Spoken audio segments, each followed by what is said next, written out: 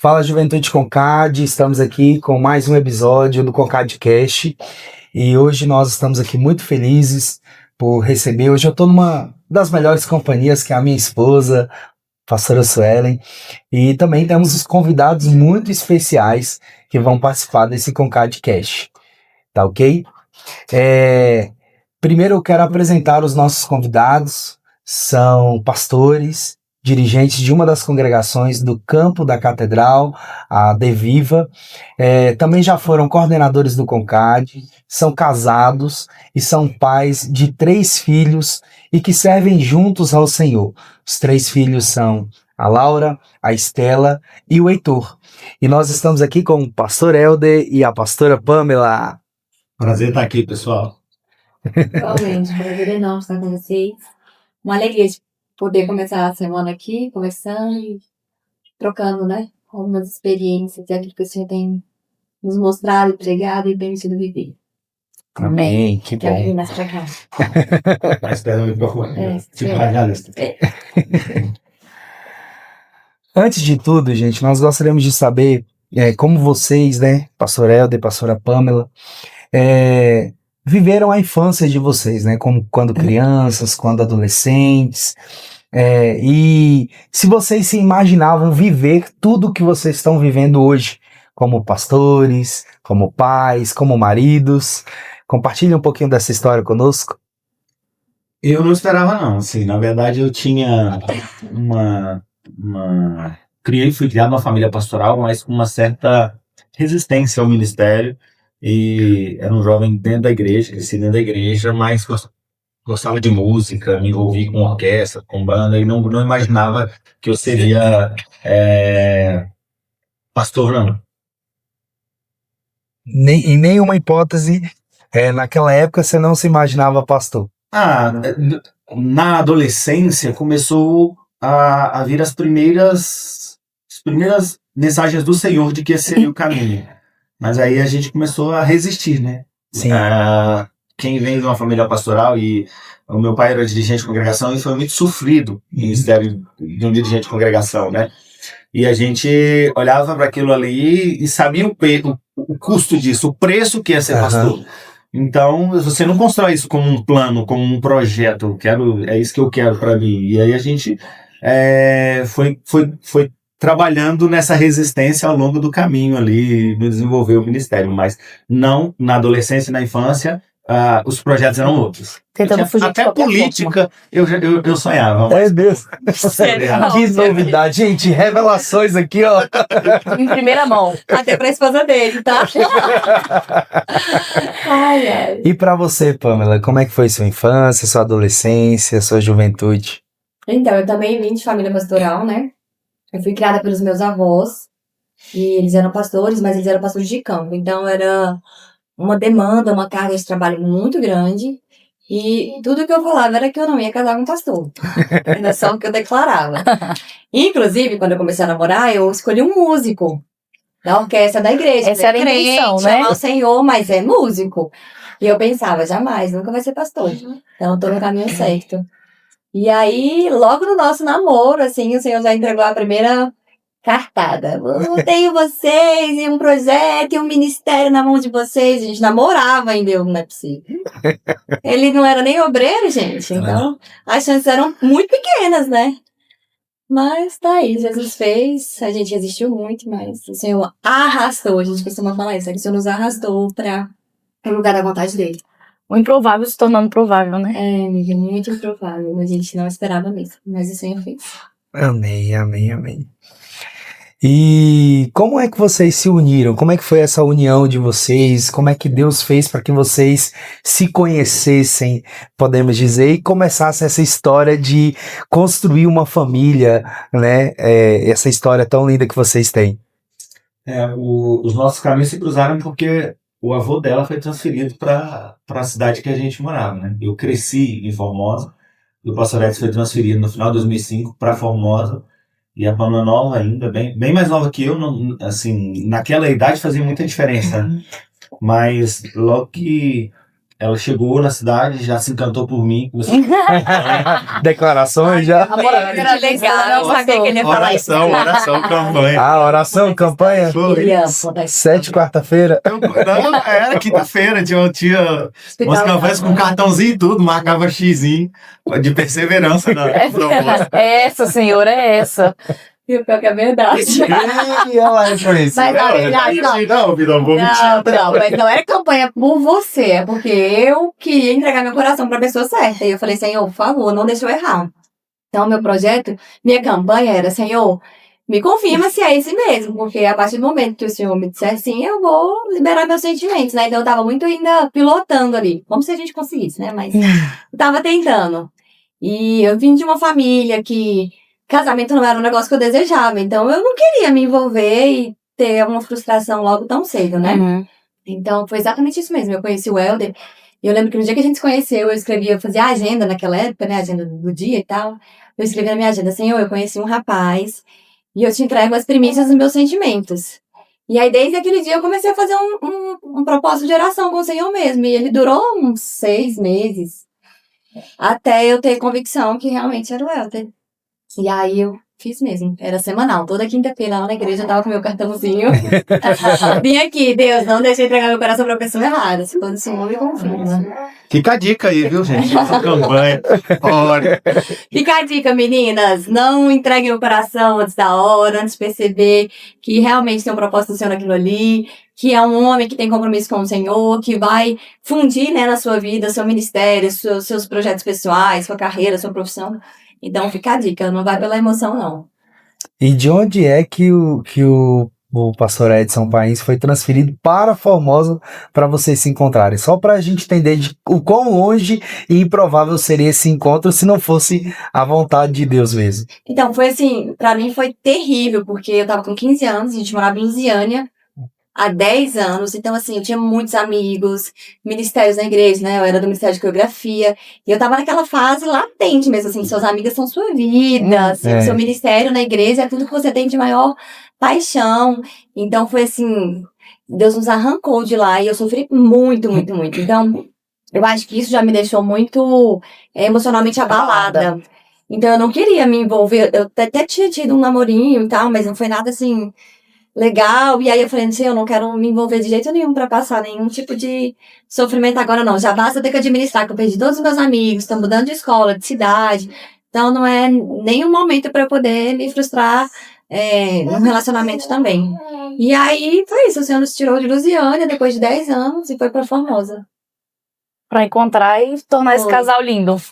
Hoje é pai eu de falo, 3 crianças eu lindas. costumo dizer isso, que o Senhor nos tirou de Lusiânia, assim, porque ele tinha uma história comigo. Porque faz muito sentido quando eu olho por essa ótica. Claro, é a minha história, é a minha vida. Mas assim, eu fico, gente, meu avô tinha tanta coisa ali em Lusiânia pra fazer. A gente tá construindo uma igreja enorme. Consolidado já, né? Consolidado, já no Senhor. Então, assim, não costuma ficar ainda em transferências, né? Pastores mais velhos e tal. Mas o Senhor fez todo um reboliço. E eu falo, é porque minha bênção tava lá em Formosa, eu fui pra lá. E tudo bem, Senhor, obrigada por isso, porque realmente a minha vida mudou. Amém. Viu? Pastora Pamela, você se descreveu como improvável, mas alcançada pela graça. Conta um pouquinho como que é essa frase pra você. O que te levou a isso? Então, dentro do projeto que a gente vive hoje, do ministério que o Senhor nos entregou, especialmente com famílias, que é a família protagonista, a gente tá até com a blusinha do mãe e do pai protagonista. Quando eu olho a minha história, eu era totalmente não selecionada para essa posição, né? Eu fui, logo cedo, eu era recém-nascida, meus pais separaram, então eu não tive um pai protagonista. Minha mãe até participou ali da nossa criação, mas eu fui criada mesmo pelos meus avós, né? Pelo meu avô Edson e pela minha avó Terezinha. Então, casamento não era algo que eu sonhava, que eu pensava que ia ser incrível pra mim, justamente pelo histórico que eu vivia, né, pela minha situação mesmo. E jamais imaginei que eu fosse alguém que assumisse a maternidade e a família como um projeto do céu, uma coisa linda, que realmente confirma o amor de Deus, expressa o amor de Deus para o homem e para a mulher. E qual é o propósito mesmo da criação divina, né? Então, eu não pensava assim, eu minha mente traçava planos profissionais, planos com a medicina. Então, assim, coloquei a medicina no meu coração, abracei essa ideia, era isso que eu queria, ser médica. E eu falava assim, eu vou ser médica depois que eu casar, ou depois que eu crescer profissionalmente, tiver meu consultório, minhas coisas, minha casa, meu carro, viajar muito, aí eu penso em casamento. Então, esse era o meu discurso. O discurso. O currículo seria esse. Esse era o projeto. Até aos 15 anos, tudo mudar. E não mudou rápido, não. Quando chegou na minha vida, eu ainda falava assim, não quero casar e tal. Porque não era algo mesmo que, assim, eu desejava, né? A gente vê tantas meninas hoje que falam que quer casar, principalmente as meninas que têm uma criação cristã, que estão na igreja, elas desejam muito um marido, uma família, filhos. Sim. Mas naquela época, acho que fruto também das convivências, não tinha rede social igual tem hoje, eu não via tantas famílias que me inspiravam, sabe? Eu não olhava por lá e falava, nossa, que mamãezinha incrível, que pai genial, nossa, que filhos bem cuidados, eu quero isso pra mim. Não tinha nem cabeça pra isso, porque eu só tinha 15 anos, mas também não tinha uma convivência ou um acesso a um núcleo social que fosse tão inspirador pra mim.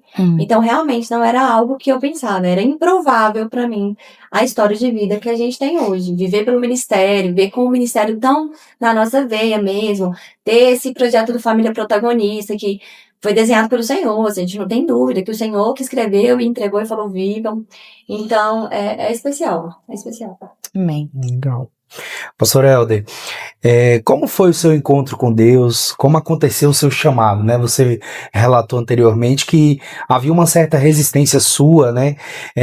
Por ter crescido num lar cristão e um pai pastor de congregação, vendo as renúncias, as dificuldades que o seu pai passava como ministro. Como foi o seu encontro e qual foi a chave que virou a chama, para que a chama do ministério acendesse e você pudesse aceitar esse chamado?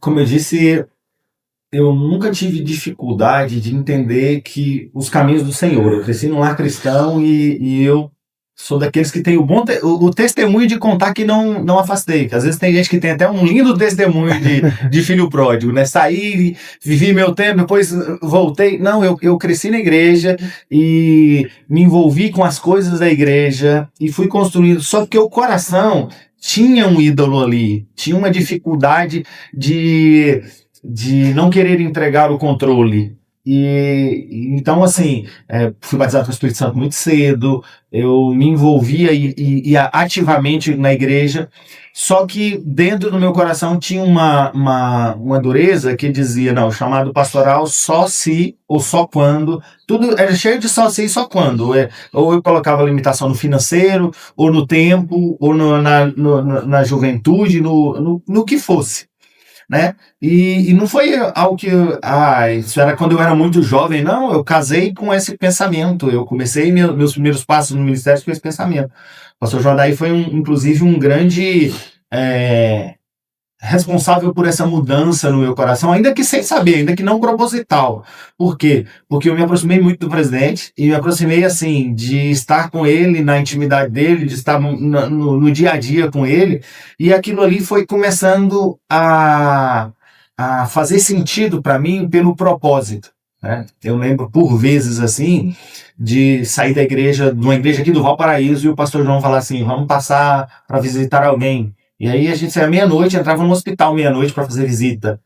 E aquilo para mim foi começando a fazer sentido, além de todos os meus só quando e os meus porquês. Uhum. Então eu entendo que isso começou a trabalhar o meu coração para eu entender que isso era algo para um tempo de vigor, era algo para um tempo de entrega, era algo para um tempo em que eu tivesse efetivamente produtivo. E o Senhor foi retirando.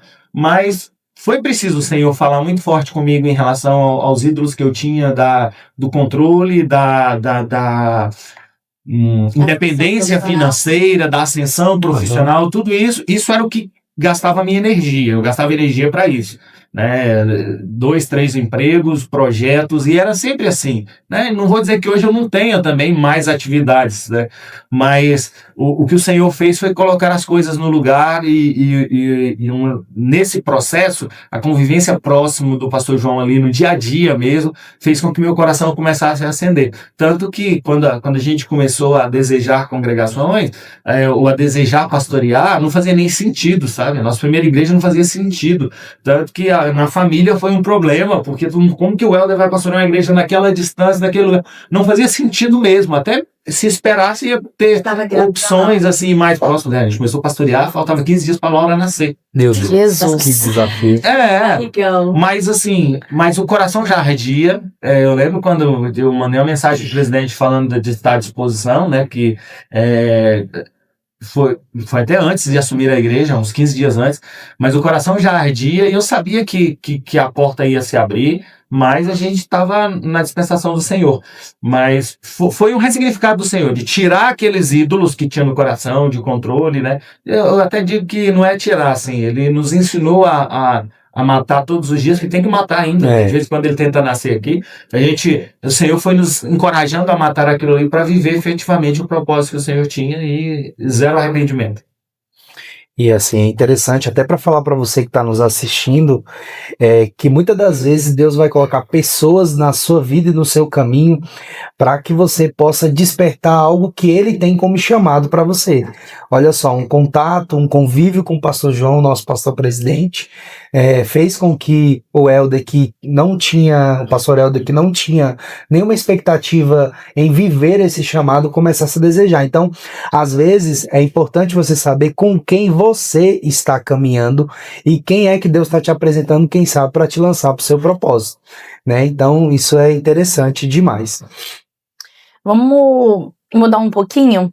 Eu queria entender um pouquinho, pastora Pamela, quando foi que você entendeu de fato que os céus latenteou isso no seu coração sobre cuidar de perto das suas flechas, dos 3 pequenos? Como foi isso e como que mudou a sua vida? Porque quando a gente abre mão de muitas coisas, a gente vira de um lado para o outro e a gente tem que se ressignificar e começar uma nova direção. Eu queria que você contasse pra gente como foi isso. Tá. A maternidade por si só já é um balanço muito grande na vida da mulher, né? Quando a Laurinha chegou, eu achei que eu fosse conseguir dar conta de tudo do mesmo jeito que era, né? Conciliar tudo, eu tinha uma vida profissional muito agitada, muito promissora, e eu gostava muito do meu trabalho, e assim, eu tinha muitas motivações para continuar seguindo. E eu tentei com a Laura, tentei tocar todos os barcos, não deixar nada ali dar aquela balançada, mas claro que balançou, foi super complexo quando ela nasceu. A gente, com a igreja, tinha acabado de assumir uma congregação, era longe da nossa casa. Então, assim, foram muitos desafios, mas era uma. E assim, eu me desdobrava e no final do dia tava meio ok, né? Quando a Estela chegou, a Estela inclusive demorou a chegar por causa disso, a gente demorou 5 anos a ter a Estela, porque pra mim, assim, eu percebia que era uma entrega que eu ainda não estava pronta para fazer e que ia exigir mais de mim. Então, quando a Estela veio, realmente sacudiu tudo, porque eram 2, era um tempo que eu não tinha para administrar, eu estava numa multinacional muito grande, que me exigia demais. Então, assim, todo dia era uma escolha. Hoje, quem fica chateado ou é meu chefe ou é meu marido. Porque se eu saísse no horário que eu queria, meu chefe ia ficar chateado, porque a gente tinha que ir pra igreja, ou tinha algum compromisso com a igreja. Se eu saísse no horário que o meu chefe queria, o Helder ficava chateado, porque eu ia atrasar o compromisso que eu tinha com ele, com a igreja ou com a família. Então começou a ficar muito complicado pra mim. Eu não tava dando mais conta dos 2 papéis. Dos 2 não, dos N papéis, né? E aí, quando o Heitor chegou, definitivamente eu falei, não dou conta. Realmente não dá, a gente mesmo... Nós queríamos ter mais filhos, né? Então, logo que eu tive a Estela, eu nem tomei mais remédio, a gente já emendou no terceirinho. E aí, eu sabia que ia ser um negócio avassalador. E foi, de fato foi. Mas eu tentei ainda permanecer, era pandemia, eu tentei ficar de home office, não queria largar de jeito nenhum a minha vida profissional. E quando, assim, dava muito pesado, questão de igreja, de demandas mesmo familiar, né? Os 3 filhos, sendo 2 bem pequenininhos, a Estela e o Heitor são muito pertinhos, né? Então, é uma demanda muito grande, uma sobrecarga muito grande sobre a mãe. E aí, quando a gente estava ali após a licença maternidade do Heitor, que eu retomei mesmo a rotina de trabalho, eu já percebi que eu não ia dar conta.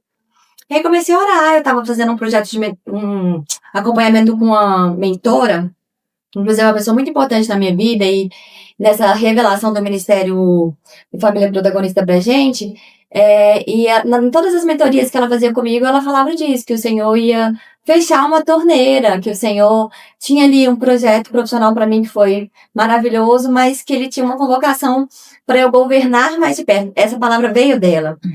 Ela falou algumas vezes comigo sobre governo, que eu ia governar mais de perto da minha casa. E aí eu ouvia aquilo e aceitava, mas eu não sabia como que o Senhor ia fazer. Porque a gente dependia financeiramente da minha renda, a gente tinha uma estrutura familiar, uma posição familiar que requeria a renda que eu tinha do meu trabalho. Então eu sabia que ia ser uma bagunça muito grande se eu saísse de lá. E foi o que aconteceu. Eu tive que sair do trabalho, e aí foi uma bagunça muito grande. A gente teve que posicionar muita coisa na nossa vida, abrir mão de muito conforto, de muitas coisas que a gente tinha condições, porque o dinheiro nos trazia isso, mas agora era uma decisão de diminuir as tralhas, diminuir as bagagens pra gente poder viver o propósito do Senhor. Foi muito doído, né? Muito sofrido, assim. A gente balançou muito em todos os aspectos emocionais. Eu lembro que o Helder ficou bem doente nessa época. Pra mim também foi uma dor, assim, porque entrar na posição que o Senhor requer da gente não é assim, eu aceito Deus, né? Podia ser, né? Eu aceito Deus, eu sei que sua vontade é maravilhosa, perfeita, e aqui o lugar que eu quero ficar. Não. Como a gente traça projetos, quando eles se frustram, que a gente vê que não é a vontade do Senhor, acaba causando uma dor ali, né? A natureza humana grita. E muitas vezes eu fui pra dentro do meu closet e gritava: Senhor, o que tá acontecendo? Por que você tá fazendo isso? Mas eu não imaginava que o Senhor tinha de reboliço, sabe? Aquela bomba explodindo, porque depois da bomba ia ter um jardim pra gente viver uma nova vida e uma nova etapa da nossa história. E foi isso que aconteceu mesmo. O Senhor explodiu tudo. E acho que assim, um período de uns 6, 8 meses, o Senhor mexeu muita coisa dentro da nossa casa, no nosso casamento, na nossa posição como pai, como mãe. E a Laurinha foi uma grande... Ela conseguiu me apontar palpavelmente o que estava acontecendo ali dentro da nossa casa. Foi assim, a forma do Senhor ser muito nítido comigo, muito claro. Ele não precisava, mas ele fez isso, assim, com muita misericórdia mesmo. Ele deixou muito claro o que estava acontecendo dentro da nossa casa e que eu precisava me reposicionar. E aí, diante disso, a gente conversou e começou. Infinitas mudanças, muitas mudanças, muitas rés. A gente tinha que dar muitas rés. Gostosas, né? Muitas rés, sabe, assim... Pra exatamente entrar no lugar. Eu falo assim, eu nos arrastou pro lugar que ele desejava que a gente estivesse. Então, por que arrastar? Porque existia resistência, né? Quando não tem resistência, você só leva. Mas quando tá resistindo, você vai arrastando. Foi o que aconteceu com a gente. Mas, graças a Deus, ele mesmo arrastou, ele mesmo sustentou e a gente tá aí, vivendo o propósito dele. E hoje eu me entrego pelas minhas flechas. Entendo muito a minha posição de protagonista na vida deles. E é esse tempo, sabe? O que vai ser amanhã? Não sei. Daqui 10 anos, não sei. Mas eu sei que para esse tempo, o Senhor tá falando, Pamela, cuida. É o tempo que eles precisam mais. São 3 presentes, 3 caixinhas que eu te dei, completamente diferentes, formados, cabecinhas, corações muito diferentes. E eu preciso que você dedique o tempo para isso, Pamela. E eu tenho feito, obedientemente, satisfatoriamente, tá? Não faço isso com nenhum pesar, não. Inclusive, eu não sei se... já comentei com você, inclusive você foi uma das pessoas que eu peguei como incentivo para assim que a Liz nascesse, eu deixar tudo para cuidar Meu Deus. dela. Já sabia disso. Então você sofreu menos, né? Porque é tão engraçado. Você não foi arrastado. É porque foi tão engraçado, porque isso foi uma coisa que sempre latenteou no meu coração. Mas... como eu já tinha 13 anos em um serviço só, então aquilo ele também latenteava o meu coração. Então Deus moldou o meu coração, que foi logo na época da pandemia, e ele me mostrou, você pode viver sem aquilo ali. Mas financeiramente aconteceu da mesma forma. O que sustentava lá em casa vinha mais de onde eu trabalhava, né? Então a gente entrou nesse meu Deus, e agora? Mas entendendo, o Davi falou assim, é isso que você quer? E o Senhor moveu céus e terras, que quando a gente tiver uma outra oportunidade, a gente conta sobre isso, mas assim, o Senhor colocou a mão poderosamente para que eu tirasse todo aquele anseio, aquele desejo de estar ali num lugar onde eu não poderia estar cuidando dos meus filhos. Então, assim, é uma coisa, gente, que quando você quer governar o seu lar e você abre mão, o Senhor, Ele cuida. Ele cuida de cada detalhe, Ele tem cuidado. Cuida mesmo. E até essa questão da provisão, porque se a gente fosse olhar a realidade, eu vou falar a realidade da minha casa. Não era que a gente tinha uma renda que, se parar de trabalhar, o pão falta. Não falta. O que faltava, o que teve que fazer, as renúncias que tiveram que fazer, é aquelas renúncias de conforto. Só porque a gente, às vezes, faz planos, sonha com tanta coisa, com viagem, com carro novo. E aí, quando você tem a criação de filhos, entende o seu papel na criação de filhos, você vai entender que tem que esperar, se necessário for, que bom, e a gente serve um Deus poderoso, que pode acrescentar em todas as áreas, para que não precise, inclusive, esperar para muitos. Mas se tiver que fazer a escolha, a gente vai fazer a escolha pelo valor certo, e o valor certo temos crianças, a eternidade, temos que ter tempo para colocar neles esse desejo por servir ao Senhor, por ter o Pai presente, né? E a gente tá falando de legado no Concai, e legado você não passa distante. Legado você passa junto. Mesmo ele que tava falando agora de ministério. Por que meu ministério virou? Porque eu estava presente, colado no meu pastor. Então, aquele desejo pastoral foi nascendo. E o pai, o filho, e a criança, ela vai querer aprender do pai se estiver perto do pai, senão ela vai aprender de quem está perto. E às vezes quem está perto não está na mesma visão que você está. Então, é isso que a gente precisa ter, essa certeza de que a provisão Deus cuida. Se for necessário adiar planos e sonhos, adie, porque o tempo é esse, a hora é agora, e se quiser cuidar dos filhos, tem que ser enquanto eles estão na nossa nosso ninho. Nosso ninho, e nesse momento de dependência que eles estão ali, né? Influenciáveis também, né? Eles ficam tão dependentes que, assim, por ter deixado... eu lembro que, por exemplo, Liz, ela não queria ir pra escola, porque ela queria estar junto ali. Mas cada fase é um processo, né? Então, assim, a gente vê como o cuidado de Deus, desde lá de trás, ele vem... trabalhando na nossa vida e na vida das crianças, né?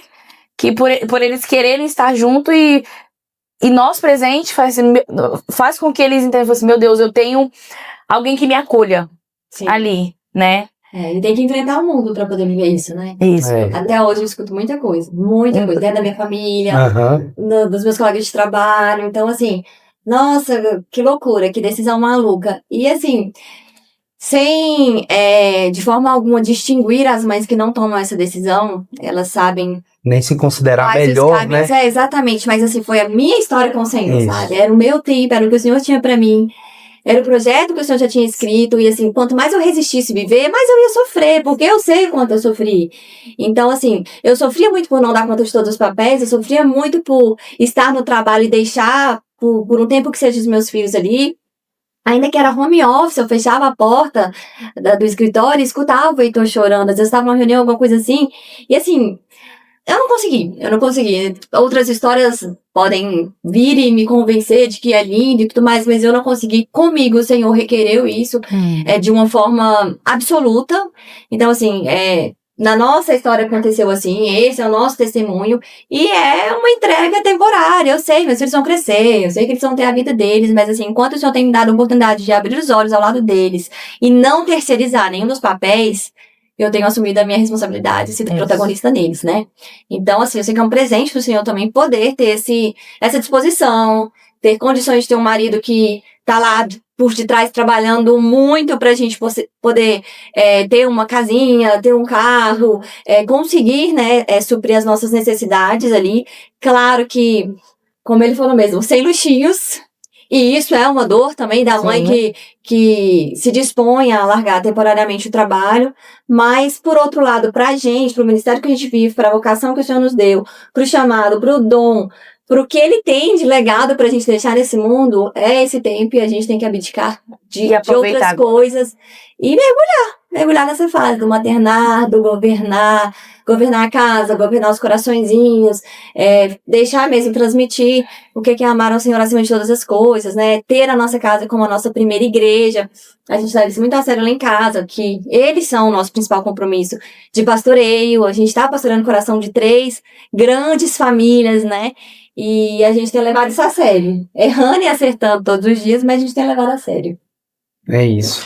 Parabéns, realmente é muito inspirador. Eu me lembro de uma vez que vocês ministraram uma palestra de pais protagonistas lá na igreja que pastoreamos, e que aquilo serviu não de incentivo apenas para nós, mas para algumas ovelhas nossas da igreja que também se inspiraram na história de vocês e no ensinamento que vocês estavam fazendo ali. Então, assim, de fato é algo incentivador.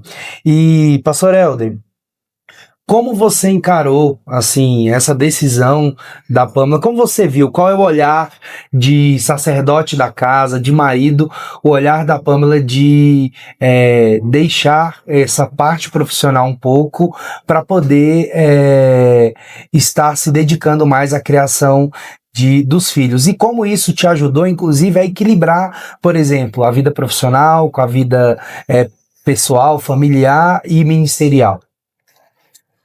Você pergunta, quero ouvir.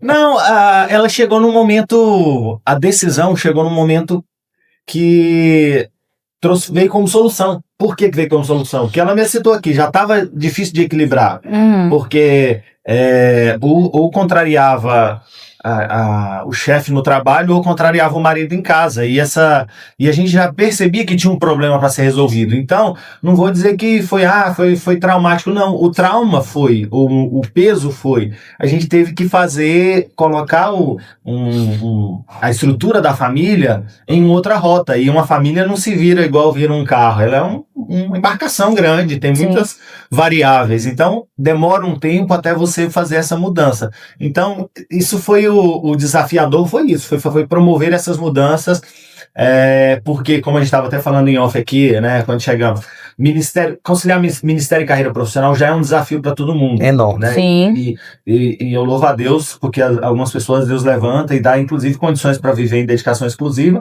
mas ainda não chegou esse tempo para minha casa. Eu até peço ao Senhor que apressa, Senhor, se for esse projeto, mas é sempre um desafio. E quando você vê a necessidade de provisão ficando exclusivamente sobre a mão do marido, né, ou do pai, ou do homem, você inicialmente tende aquele instinto de querer trabalhar mais, de querer buscar mais, só porque o dia não aumenta por isso. O dia não aumenta por isso. Você tem que continuar equilibrando os pratos. E esse é um desafio constante. Então, foi de uma certa maneira, tranquilo quando a gente tomou essa decisão e viu as coisas sendo respondidas pelo Senhor da maneira como a gente queria, mas exigiu que a gente desse a devida atenção para isso, colocasse as coisas em ordem. E assim, Davi, a gente pode até às vezes tentar compatibilizar, mas esse é um padrão bíblico. A gente pode até tentar compatibilizar com este século, até para entender um pouco as realidades, as multi-realidades que a gente encontra, e às vezes tem muita gente que ainda está nesse processo de transição, mas o padrão bíblico é esse: Deus abençoe, Deus prospera. Sim.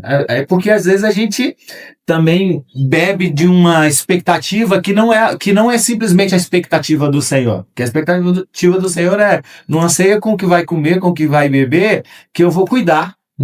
Com o que vai vestir, com o que onde você vai deitar, que eu vou cuidar. Só porque as nossas expectativas vão muito além de pão, de roupa e de teto. As nossas expectativas vão muito além. E colocar todas essas expectativas ou domá-las, porque não é nem, você não instiga elas, você coloca elas no seu devido lugar. Não, eu tenho essa expectativa, eu tenho esse sonho, eu tenho esse desejo, mas eu preciso submeter isso ao Senhor, porque ao homem cabe fazer planos. Aí o Senhor traz resposta. E eu costumo falar, pastora Helder e pastora Pâmela, que na realidade a gente precisa entender que a gente precisa ter como provedor entender que o provedor da casa é Deus e que por vezes ele vai usar o casal para poder prover a casa, mas às vezes ele vai colocar essa responsabilidade apenas sobre o marido, ou outras vezes, lógico, né, desde que não haja inversão de papéis, sobre a mulher, para que seja um instrumento de provisão, podemos dizer assim. Auxiliadora mesmo. Auxiliadora, mas o provedor sempre vai ser Deus. Então a gente tem dificuldade, principalmente no mundo de hoje, que a gente vive muito, principalmente pressionados a sermos produtivos, a sermos pessoas que fazem algo além de cuidar da sua família. Na realidade, hoje o mundo vive uma fase onde a gente ser família, ou ter família, ou estabelecer família, é algo averso para muitas pessoas, né? Contramão. É na contramão. Quem decide tomar essa decisão, né, decide viver isso. E aí, para vocês, o que vocês consideram como um principal legado, ou que vocês podem estabelecer dentro da casa de vocês e para os seus filhos? Como é que é essa construção de legado? E para vocês, o que é legado e o que significa legado para vocês? Vamos lá. Eu quero ver a resposta dos dois, tá? Tá. Vou começar porque ela fala muito melhor que eu. Deve falar depois dela, fica assim meio sem graça. É difícil, né? Vamos fazer aqui, ó. Então, se tem algo que a gente preocupa muito em começar essa construção dentro da nossa casa. Então, assim, eu digo que se tem algo que é claro para mim, é que eu quero que os meus filhos lembrem de um pai que sim foi um pastor, de um pai que sim teve uma profissão. Eu lembro que há tempo atrás a Laura começou a dizer que queria seguir a minha profissão, minha carreira, né? Ela ia para o meu escritório e falava que era isso que ela queria fazer. De vez em quando ainda vejo ela falando sobre isso. Eu quero sim que eles se espelhem nisso, mas eu quero que eles lembrem que o pai sentou à mesa, que o pai compartilhou a palavra à mesa. Isso é uma coisa que lá em casa, se você perguntar para os meninos das lembranças deles, boas que eles vão citar, é dos que a gente teve parando para os nossos devocionais. Porque tem dia que é o dia que eu não tenho minutos para brincar com eles, mas a gente para fazer o devocional. Não tenho tempo, às vezes, até a comida, a alimentação a gente faz na mesa, né, com todos eles. Mas às vezes é uma correria, porque você come aqui, já tem que levantar, mas o período do devocional é aquela meia hora que a gente tira ali, 15 minutos, meia hora, eles vão lembrar. Então eu quero muito que os meus filhos lembrem disso, sabe? Que eles lembrem que a igreja era dentro de casa. A igreja era dentro de casa, o compartilhamento da palavra era dentro de casa. E esse compartilhamento da palavra não é que a gente faz isso sem ter um tempo de qualidade, porque às vezes a gente tá vendo um mundo tão em volta dos ensinamentos da terra, que a gente fala assim, não, a gente precisa ter tempo de qualidade. Encontramos essa palavra, tempo de qualidade em família. Quer tempo mais de qualidade em família do que você sentar para compartilhar a palavra? E vou te dizer, lá em casa não é que a gente faz disso um momento chato, não. Tem dias que são as maiores pérolas que a gente tira do tempo de qualidade com a palavra. Vendo eles construindo o entendimento deles de reino, construindo os entendimentos deles acerca dos valores, né? Brigando entre si pelas oportunidades, até assim, é bonito ver eles dizerem, eu falei melhor, né, pai? Você percebe, inclusive, a humanidade deles expressada. Eu orei melhor, né, pai? Quando a gente elogia a oração de uma, a minha foi melhor, não foi? Pai, você não elogiou a minha. Então, assim, a gente vai construindo com eles ali momentos de qualidade, mas também com esse legado. Por que eu digo isso? Porque isso é algo que foi meio que extinguido na geração da correria. Sim. Na geração do que todo mundo quer ter 30 horas, né? Eu lembro que o Itaú foi o primeiro a trazer isso, né? O banco de 30 horas, quando ele colocava 24 horas online, mais 6 horas de agência. Mas todo mundo queria ter 30 horas no dia. Por quê? Porque a gente tá tão corrido que a gente queria ter 30 horas. Mas a gente não tem.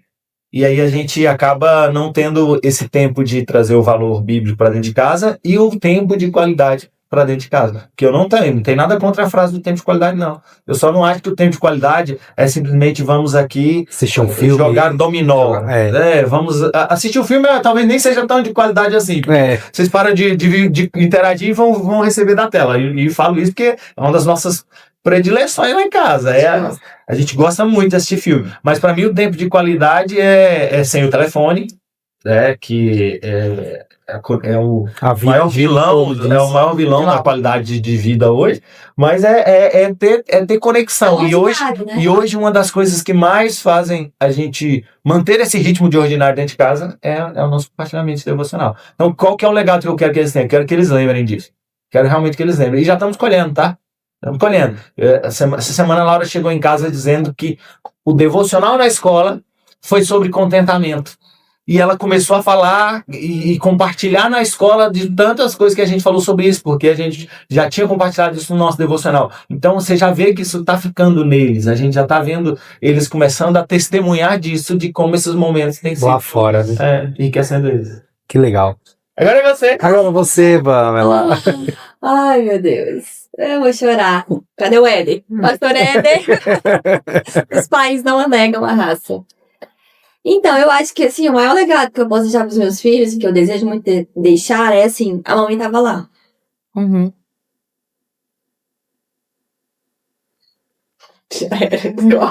Corta que fala? Corta. Acho que é muito importante, sabe? O dia que eles caíram, eu tava lá. O dia que teve problema na escola, eu tava lá. O dia que eles precisaram ir ao médico, a mamãe tava lá. Na hora que eles acordaram, eles amam isso, acordar e chegar no nosso quarto e saber que a gente tá lá, sabe? Então eles acordam e a mamãe tá lá. Eles vão na cozinha, na hora do almoço, a mamãe tá lá, preparando a comida ou orquestrando, né, pra comida sair no horário pra eles. Na hora de fazer a tarefa, a mamãe tá lá no trabalho desafiado. Ai, mãe, eu preciso fazer um foguete, uma maquete, eu preciso fazer a capa de um trabalho. A minha mãe tá lá. E assim, acaba que eles sabem disso. Então eles exigem de mim o tempo todo. Eu falo, gente, mamãe é uma palavra que eu não sei mensurar quantas vezes eu escuto por dia. De todas as formas. Porque eles vão ao banheiro, a mamãe tá lá. Eles me chamam, mãe, terminei. Eles querem sair, vão brincar na rua. Mãe, posso brincar? Então assim, a mamãe tá lá sempre. A mamãe tá lá no dia que a Laura, que é uma pré-adolescente, quer ir pro cinema e fala, mãe, deixa eu ir com as minhas amigas, você leva a gente? A mamãe tá lá quando ela quer ir pro ensaio da igreja e ela sabe que a mamãe dela vai ajudar e vai levar a galera. A mamãe tá lá no dia que ela tá com muita raiva, que ela brigou com alguém na escola e as histórias dela são muito longas, né? E a mamãe tá lá pra ouvir. Então, assim, os três sabem disso, que a mamãe tá lá. Então, eu acho que isso é o maior legado que eu posso deixar pra eles. E não só a mamãe, né? O papai também tá sempre lá. A gente faz questão disso, de estar lá. De estar Às vezes, presente. pra histórias eu não tô, não. Porque elas são... Ah, o Helder fala, pelo amor de Deus. Laura, vamos, agiliza aí. Resume essa história, minha filha, por favor, né? Sem muitos detalhes. Nossa, mas ela Papai tem TDAH, minha filha. Detalhes. Acelera. Ela ama detalhes, assim, nas histórias. E a gente tá lá. A gente tá lá firme e forte. Todos os dias. Alguns cambaleando, alguns mais estressados, alguns mais agitada, mas a gente permanece lá. Eu sou que a gente tem que acelerar. 10h30, gente. É verdade. Você fala sobre muito, Pamela, de governar, né? E quando a gente abre mão do serviço externo, eu acho que a gente governa muito mais coisas dentro de casa, né? E como tem sido isso para você? Como fazer esse governo? E o que você poderia passar para mulheres que têm esse mesmo anseio de governar lares? Então, o governo, assim, que o Senhor me ensinou, ele vem muito da mulher de Provérbios 31. Sabe, do zelo e do detalhe dela em cada parte, assim, da casa, da vida, da convivência social, do casamento, dos filhos. E governar é isso, é você estar atuando de uma forma muito ativa nos seus papéis que o Senhor te convocou. Então, é governar o coração do seu marido, é governar o seu casamento, o seu tempo de qualidade exclusiva com ele, é fazer toda a engenharia que a gente precisa para poder ter um Vale Night, é governar o coração dos nossos filhos, né? Estar ali presente, chegar primeiro. Gente, como eu tenho vivido isso, sabe? De chegar primeiro no coraçãozinho deles em vários assuntos, em vários momentos. Eu estou governando as emoções deles, eu estou ajudando a governar a história deles. Então, assim, o governo em si, ele é uma atuação. Você decidir participar de uma forma protagonista da história da sua família. Sim. Governar a casa, o lar, tem muito a ver com aquela questão de você olhar mesmo. Qual é essa atmosfera desse lar que eu tô criando? qual a atmosfera, qual o ambiente que eu tô criando. A mulher de Provérbios 31, ela responde todas essas perguntas, sabe? Ela é uma mulher dirigente, que acorda e que dá ordem às suas servas. Eu falo, tem um monte de servo, o robôzinho é meu servo, a minha lava-louça é minha serva, minha máquina de lavar roupa é minha serva. Então tem um monte de gente ali, faxineira, uma ajudante, uma cozinheira, tudo isso são pessoas que o Senhor coloca para me ajudar no meu governo, que facilitam o meu governo, né? Então, assim, é ter essa consciência de espaço mesmo, de estrutura ali, de ambiente para os nossos filhos e para o nosso marido. Isso vai incentivar a criatividade deles, as emoções dele. Uma casa bagunçada, ela já evoca, ela já traduz um ambiente padernado. Então, isso mexe muito com as crianças, mexe muito com o psicológico deles, né? A forma que eles vão se desenvolver, que eles vão criar habilidades comportamentais. E emocionais também tem a ver com esse ambiente. Então, assim, lá em casa a gente tem vários caminhos de governo. E as crianças participam disso também, né? Não é uma coisa só minha. O Helder sabe quais são os meus papéis de governo, ele me ajuda, salienta isso para as crianças.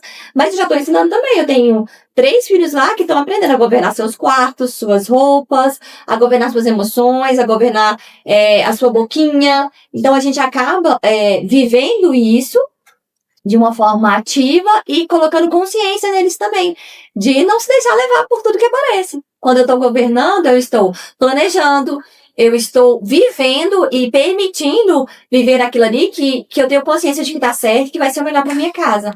E é o que eu preciso ensinar para os meus filhos também. Que eles possam governar a vida deles, entender que tem um Deus acima deles, que eles não vão fazer o que eles querem, do jeito que eles querem, na hora que eles querem, nem crianças e nem adultos. Então, o governo é isso, é um princípio de organização pessoal que tem o Senhor como mestre, o Senhor como dono da vida. Que legal. Vocês pastoreiam juntos, né? E eu queria perguntar a vocês quais são os maiores desafios de vocês pastorearem juntos e qual é, assim, o que vocês enxergam para a nova geração. Esse é um podcast onde o alvo principal é essa nova geração, são os jovens, né, que estão vindo após nós, e o que vocês enxergam e o que vocês aconselham para essa nova geração que chega, que quer, às vezes, que é um casal jovem que quer pastorear juntos. Quais são os conselhos que vocês gostariam de dar para essa nova geração, se tratando de ministério que vocês já têm, né? Não vale, corre, né? Corta, tá cheio.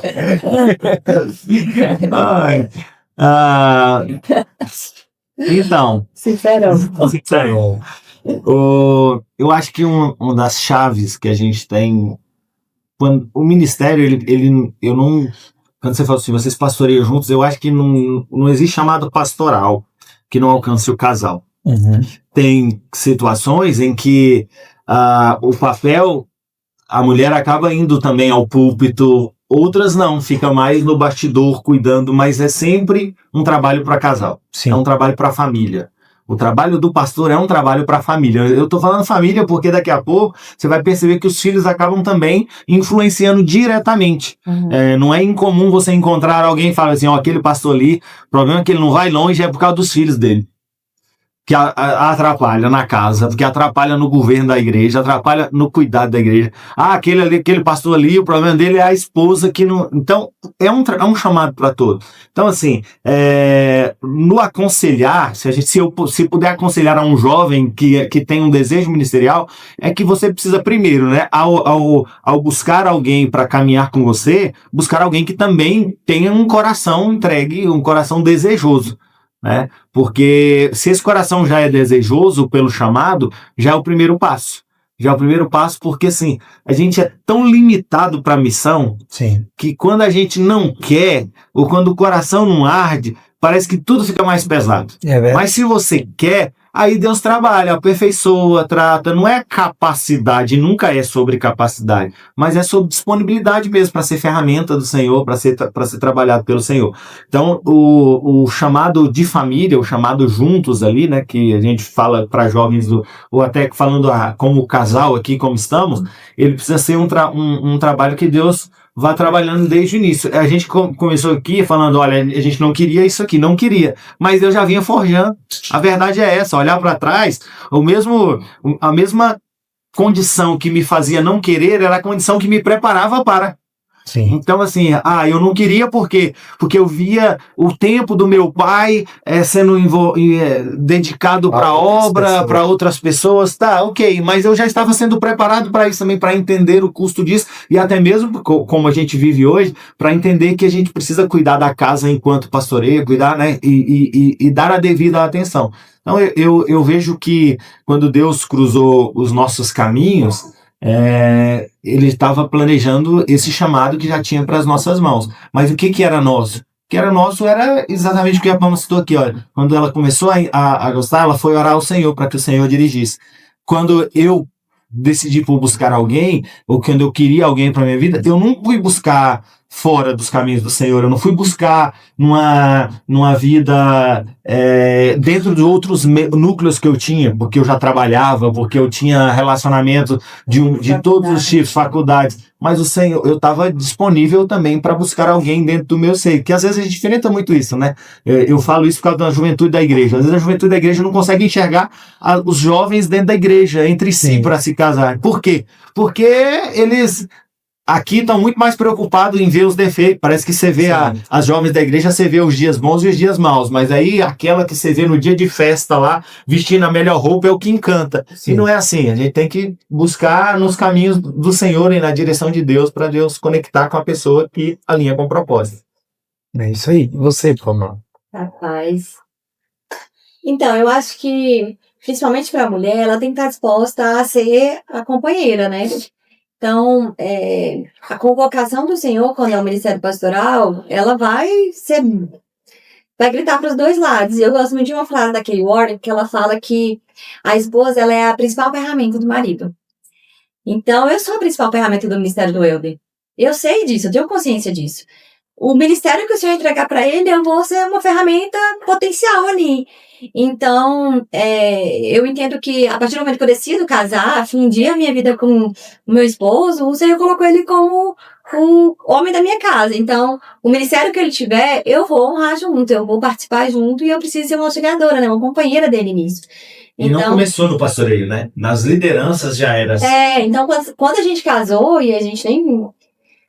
Na minha cabeça, pelo menos, não era algo assim que eu desejava e nem achava que estava próximo. A gente foi vivendo outros projetos mesmo dentro da igreja, de liderar, de participar do Ministério de Casais e de gostar disso também, de ajudar nos projetos pequenos da igreja. Vamos fazer uma campanha de comprar vaquinhas para uma casa de coração. Então a gente ia fazer juntos, vamos fazer de visitar ali um grupo no hospital. A gente ia juntos. Então, assim, é aquilo, é entender que existe uma fusão, não é carnal, né? Ela é em todos os sentidos, é uma fusão espiritual ali. A gente tem um compromisso pelo Senhor e pelo reino juntos. Então, para a mulher, eu entendo que ela tem que ter essa cabecinha pronta para entender que o marido dela vai ter uma convocação do céu para viver e ela vai ser a principal ferramenta desse marido. Ela tem capacidade, como é bem conhecido, né? De destruir ou de potencializar esse ministério. E aí, a minha dica é: esteja pronta para viver o que o Senhor entregou para o seu marido, porque você precisa acompanhá-lo e deixar ele dirigir. Vocês já foram líder ali do CONCAD, já ficaram à frente ali do CONCAD, e como foi essa experiência para vocês nesse período de liderança? O que vocês enxergam ali naquele tempo que vocês ficaram no CONCAD? Você começa ou eu? Os frutos que vocês... O tempo de CONCAD, Suelen e Davi, né? O CONCAD chegou para o nosso ministério como totalmente inesperado. Foi inesperado, assim, das lideranças, ou pelo menos das lideranças recentes. Eu fui a última liderança que não passei por um processo de condução. Ninguém me preparou e me conduziu para a liderança do CONCAD. Eu não fui preparado para estar ali. Então foi bem difícil, foi bem desafiador. E desafiador porque, assim, Deus nos levou para liderar em um ambiente que nós éramos totalmente desconhecidos. Nós chegamos no campo da Catedral em 2010 e para o CONCAD de 2011 nós já trabalhamos na coordenação. Então, assim, foi muito em cima da hora e fazer esse trabalho de construção dos relacionamentos, construir com as pessoas, foi um trabalho desafiador. Não vou dizer que a gente enfrentou barreiras, não era não, era um grande desafio. As barreiras que tinham eram as barreiras naturais, porque visivelmente a gente viveu do Senhor ir abrindo portas e conectando com as pessoas, mas aquela condição de ser totalmente novo no ambiente fez com que a gente construísse naquela época um caminho que até hoje ele é um caminho que a gente vê acontecendo no Concad. O Concad viveu uma mudança enquanto nós estávamos de um aumento de líderes mais segmentados, os líderes de região. Sim. Isso foi algo que começou naquela época para suprir essa dificuldade que eu tinha de chegar. Né? Exatamente. Né? E na época o Senhor, a estratégia que Deus nos deu foi essa, de construir esses aliados ali. Alguns estão até hoje como essas figuras de facilitadores nas regiões. E o que foi isso? Não foi nada mais do que o Senhor dando estratégias para a gente lidar com aquela realidade do inesperado. Era novo para mim liderar a juventude, nunca tinha liderado a juventude. Era novo para mim coordenar um evento da magnitude que era o Concad. Eu ainda vivi o momento mais incerto do Concad, porque eu lembro que teve um Concad que, faltando 10 dias para o Concad, nós não tínhamos onde fazê-lo, porque a igreja estava em obra.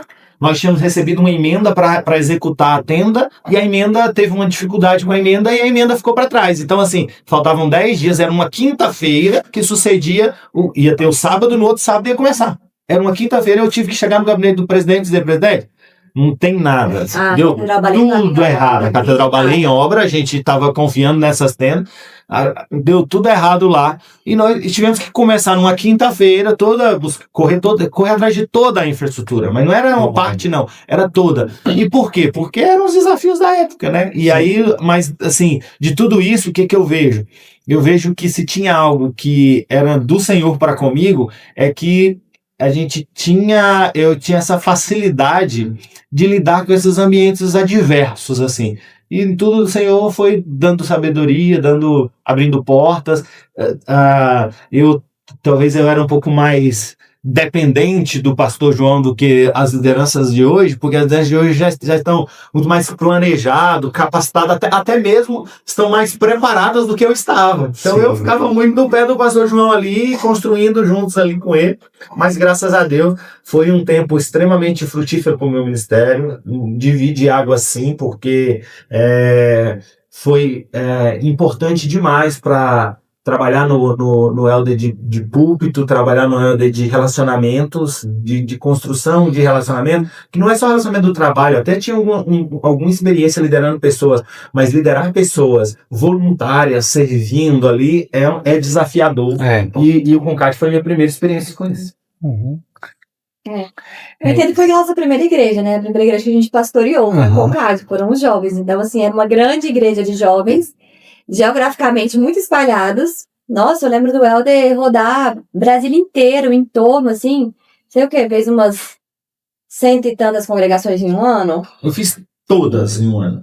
Então. Todas as congregações daquele tempo. Não as subs, mas todas as congregações. Mas teve delas que eu fui mais vezes, eu fui em todos os eventos. E era todos os pré-concados que a gente fazia juntos. Então, assim, foi uma igreja que o Senhor nos deu para pastorear mesmo. Pastorear líderes que estavam mais próximos, pastorear toda a dinâmica que antecede ali, os 30 dias anteriores ao congresso são muito intensos em todos os aspectos. Então, assim, a gente com certeza desenvolveu muitas habilidades ali de relacionamentos, essa questão de lidar com muitas pessoas voluntárias e precisar ter um coração muito consciente de que é tudo pelo reino do Senhor, né? Sim. Então, tanto viver isso quanto transferir essa mentalidade.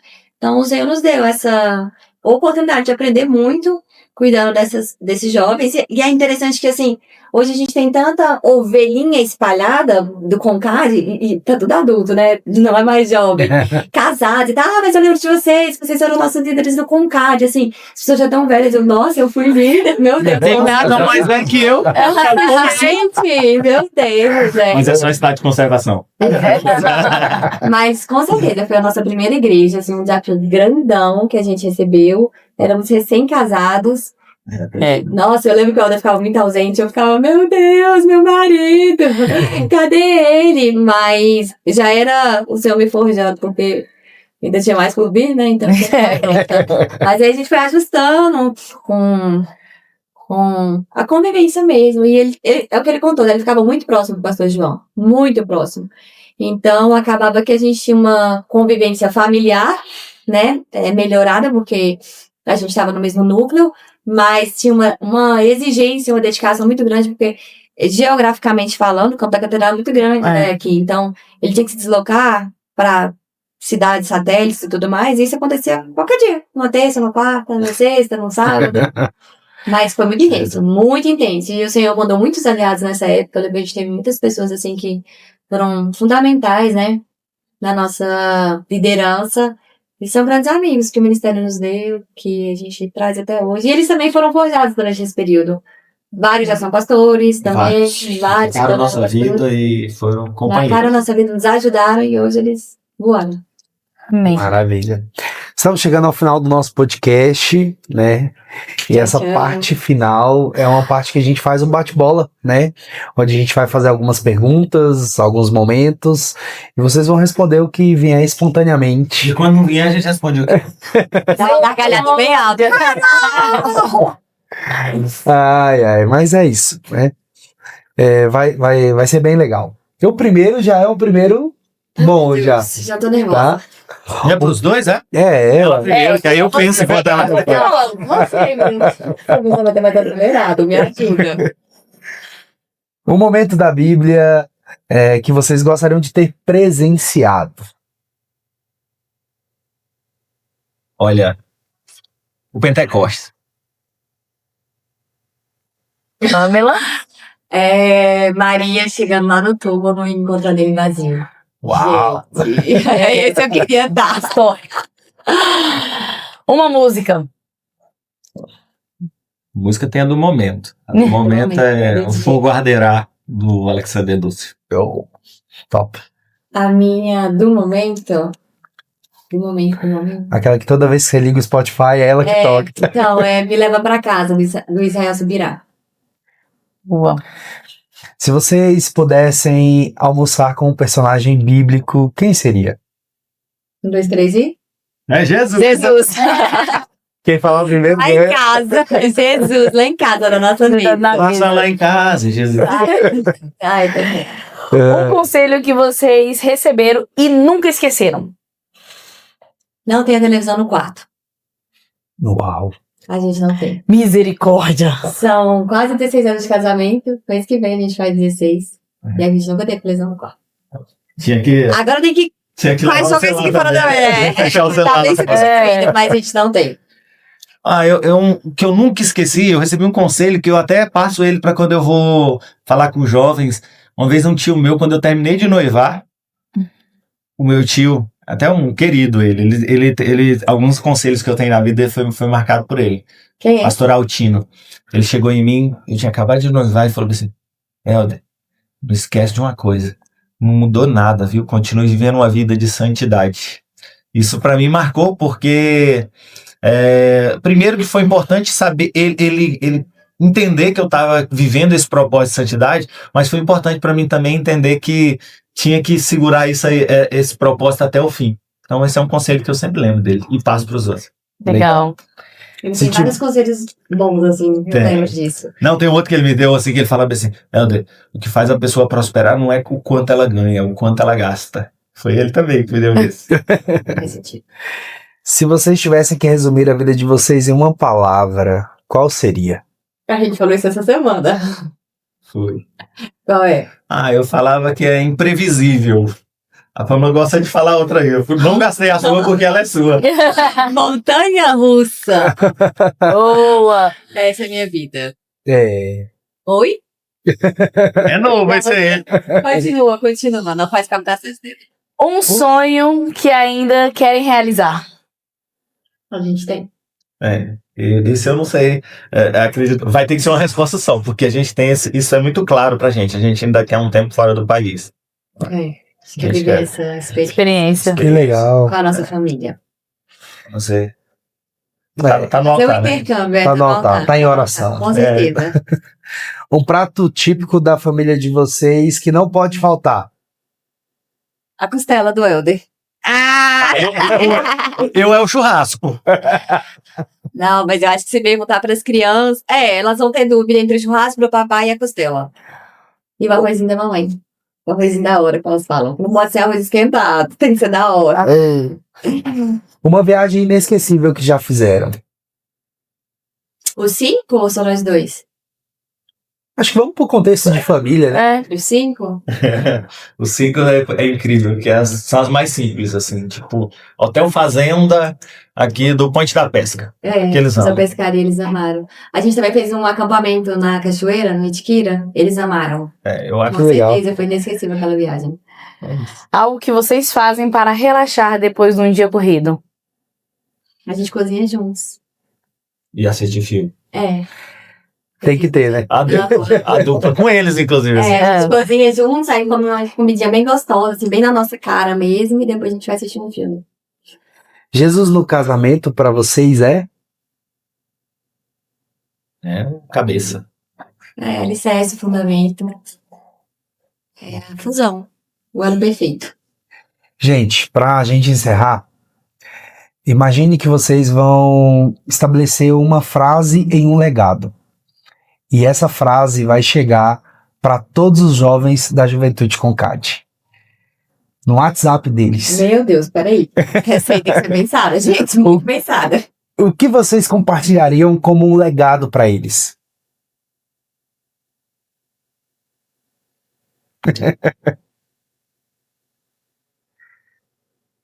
Eu falaria, valorize a presença de Deus. Uau. Eu falaria, É isso. salmista, entregue seu caminho ao Senhor. Confia, confia, confia. Que o Senhor vai fazer. Entrega porque a direção e o projeto dele vai se efetivar. E certamente vai ser o melhor. Amém. Legal. Quero encerrar divulgando as redes sociais de vocês, né? Você, jovem, que se inspirou nessa história maravilhosa desse casal, dessa família, desse ministério. Eu quero apresentar o Instagram do Pastor Helder, é Pastor PR, Helder com H, Vale. E o da Pamela é Pam, P-H-A-M, Pains, P-A-I-N-S, tá? E, inclusive, eles estão aí com um projeto, né? Eu sou letrando? Mas vai aparecer aí na tela, tá bom? Pra vocês seguirem. E, inclusive, eles têm um projeto aí pra futuramente aí divulgar um produto digital. Menino, a gente difícil. já mandou várias vezes, a gente tá enrolando. Mas a gente vai fazer, né, vida? Vai, eu creio. A Vai dar gente tempo. tem, na verdade. A gente tem, eu não sei. Só não tá digital. Não sei Mas como vamos é lá. que a gente vai virar essa chavinha, não. Mas no próximo podcast, número 2, certamente Opa! a gente vai dar. A gente pede. Lançado Eu quero estar no lançado, podcast do Concade pra lançar o nosso produto. Exatamente. acompanhe. Lançado o desafio, viu, galera? O próximo vai ter. Deus me ajude. E se vocês não seguem o Concardcast, siga, faça parte desse projeto com a gente. Gente, até mais, até o próximo Concardcast. Muito obrigado, pastor Helder e pastora Pamela, pelo tempo de mesa que tivemos aqui, por ouvi-los, por ver tantas coisas acontecendo nessa conversa e Deus nos edificando e com certeza edificou a vida de muitos que vão assistir. Assiste até o final e que Deus abençoe sua vida, compartilha com alguém, manda para alguém e fala, essa história vai impactar a sua vida. Eu tenho certeza que vai ser legal. Até mais. Obrigada, gente. Até mais. Tchau. Tchau. Beijo.